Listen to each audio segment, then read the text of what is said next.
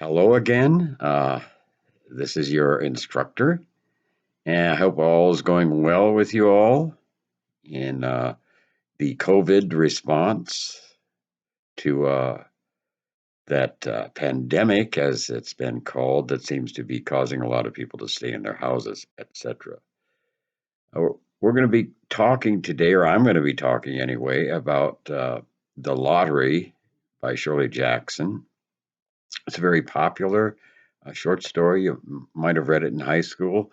It's also been made into a film. It's been one of the most widely anthologized stories, and it's been, I think, in a couple of television productions, one of which was one of the most widely viewed productions in a long while.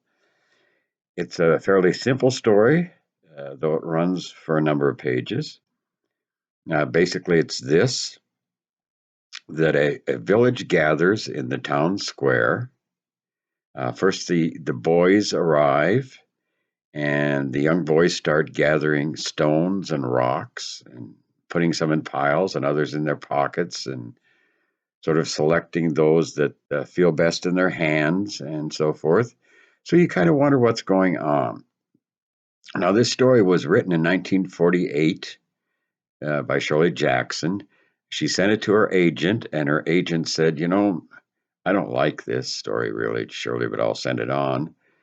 So she sent it on to the New Yorker. The New Yorker took it, and the editor from the New Yorker who called Shirley Jackson said, well, the magazine's taken this story, but I don't really like it.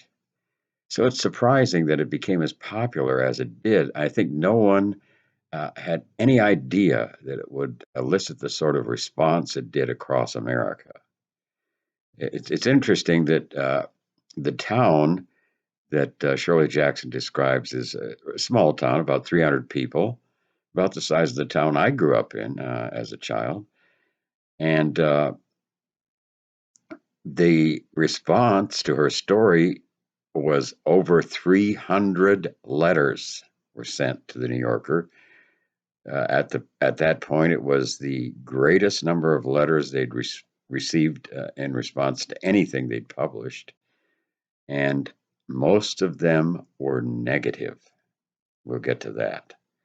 So the town gathers in the town square, where two people, especially a Mr. Summers, who's a coal dealer, uh, has with him a black box that he carries out into the town square, where now the adults are gathering too. The families gather together because of the way the uh, lottery takes place. So the Mr. Summers comes out with a black box, and Mr. Graves, who's the postmaster, is kind of his assistant. He sets down a tripod stool, and they put the black box on that. You might say that Mr. Summers and Mr. Graves are there because it's going to be a grave summer. I don't think that you should use that as symbolic. I think it's just some names that Shirley Jackson put in there. Anyway, these two are sort of the ones who run the lottery. What happens is this, that all family members are listed on a list that the two officials have. There's talk about how the lottery used to have many more rituals that have been reduced over the years. And in fact, they say some towns and cities have even stopped their lotteries. And an older man says, oh, those young fools, they'll do anything, and so on and so forth. The idea is that every family, then the head of each family, that is the father, as it's put in the story, the father, well, it's not always the father, because sometimes it's going to be the oldest son when the father's not there. So the head of each family goes up to this black box and draws out a slip of paper. Now everybody starts looking kind of in a strange way at Mr. Hutchinson. And his wife, Essie, has arrived late, actually said, and she says, oh, well, you wouldn't want me to leave the dishes in the sink, would you? Something like that. And everybody looks at Mr. Hutchinson as though he has maybe drawn the wrong ticket. Everybody's not. Oh, by the way, everybody can't look at what they've drawn out till everybody has their drawing in their hand. So everybody opens it up, and it seems Mr. Hutchinson has what is, we learn later, a black spot put there by the coal dealer. And that black spot means that now everybody in his family, and as it turns out, there are three children and his wife Essie and Mr. Hutchinson, five pieces of paper are put back in the black box. All the rest are thrown out, scattered around, they're blowing around in the wind. And then each family member from the Hutchinson family has to draw out a slip. And Mrs. Hutchinson has been complaining all along. He shouldn't have got that black mark because it wasn't fair the way he was forced to, hurried up in his drawing, and it's just not fair. It's not fair, she keeps saying. And so then all the family has to draw their tickets, and as it turned out, of course, she draws the black spot.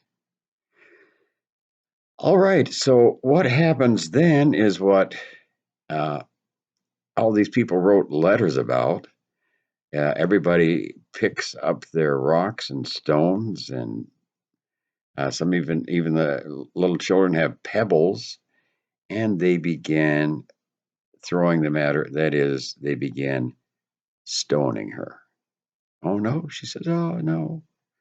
But of course, the ritual must be carried out as it is every year at this date in June. Some places are so large it takes them 2 days to get through all the people, the story says, but here in this small town, it only takes 2 hours. And at the end, someone is stoned. Uh, you might think that you've seen something like this in some present day movies where the 13th range of certain people are involved in these games.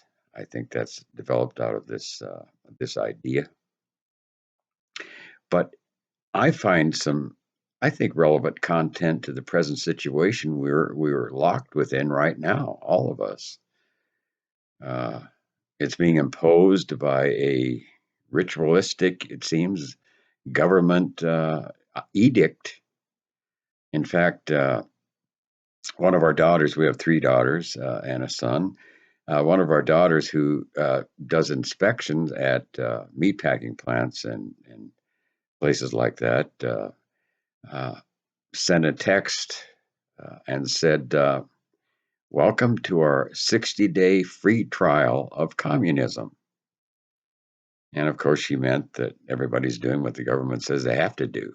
And I thought there was some error there because it's not free. So far, it's cost about $3 trillion. Here's how that stacks up. If you have $1,000 bills and put them in a pile, it takes a little over 6-inch tall pile to accumulate $1 million. To accumulate $1 billion that way with the same size bill, $1,000 bill, it would reach to 6 feet. Now, if you want to have that same size bill mount up to $1 trillion, you'd have to stack it up for 6 miles. That means that's a debt that's going to have to be paid off eventually by me and you when you start paying your taxes, and it's inconceivable that this can be done. But we shall see. We shall see, because we're all in this together. And what is going to pull us out is the American spirit, I believe, and love for one another. Not the sort of spirit where we pick out a scapegoat and stone that person and blame that person for everything that's happening to us. So we cast our stones at him or her, as in this story. Well, that'll be it for today, but I'm going to be talking to you soon about some other stories, and I've sent out a printed version of, I mean, the printed version, actually, the printed story from the anthology that you can write an essay on if you want. And I'm going to be making another announcement of another possibility that you can do. All right, that's it for right now. Bye.